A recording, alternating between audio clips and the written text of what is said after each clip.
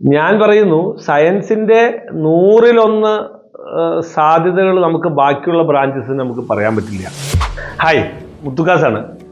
നമ്മളെ എത്ര ടീച്ചർമാര് കഴിഞ്ഞ നോബൽ പ്രൈസ് ലാസ്റ്റ് 2025 ഫിസിക്സിലെ നോബൽ പ്രൈസ് കിട്ടിയതിനെ കുറിച്ച് കുട്ടികളായിട്ട് സംസാരിച്ചിട്ടുണ്ടാവും. നമ്മൾ പേപ്പറിലും മീഡിയാസിലേക്ക് നമ്മൾ ചിലപ്പോൾ കണ്ടിട്ടുണ്ടാവും. പിന്നെ എങ്ങനെയാ സയൻസിൽ കുട്ടികൾക്ക് ടേസ്റ്റ് ഉണ്ടാവണേ? എന്നാൽ സോഷ്യൽ മീഡിയയിൽ നമ്മളിത് കാണുന്നത് കുറവാണ് കുട്ടികൾ.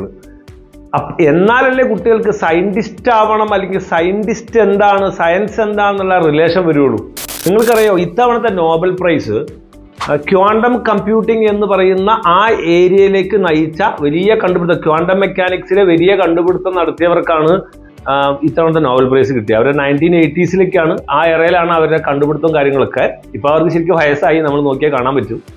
അന്നത്തെ ഫിസിക്സുമായി ബന്ധപ്പെട്ട ക്വാണ്ടം ടണലിംഗ് എന്ന് പറയുന്ന ഒരു പ്രോസസ്സൊക്കെയാണ്. ഞങ്ങൾക്ക് കുറച്ചൊക്കെ അതിന്റെ പഠിച്ചിട്ടുണ്ട്, ഞങ്ങൾ ഫിസിക്സ് ഒക്കെ പഠിച്ചപ്പോൾ. ഞാൻ ബേസിക്കലി ഫിസിക്സ് ആണ്. അപ്പോൾ അന്ന് അവർ അതേപോലെ ചിന്തിച്ചതിന്റെ റിസൾട്ടാണ് ഇന്ന് കാണുന്ന ക്വാണ്ടം കമ്പ്യൂട്ടേഴ്സ് എന്ന് പറയുന്ന ഹൈ പവർ ആയിട്ടുള്ള, വെരി ഫാസ്റ്റ് ആയിട്ടുള്ള.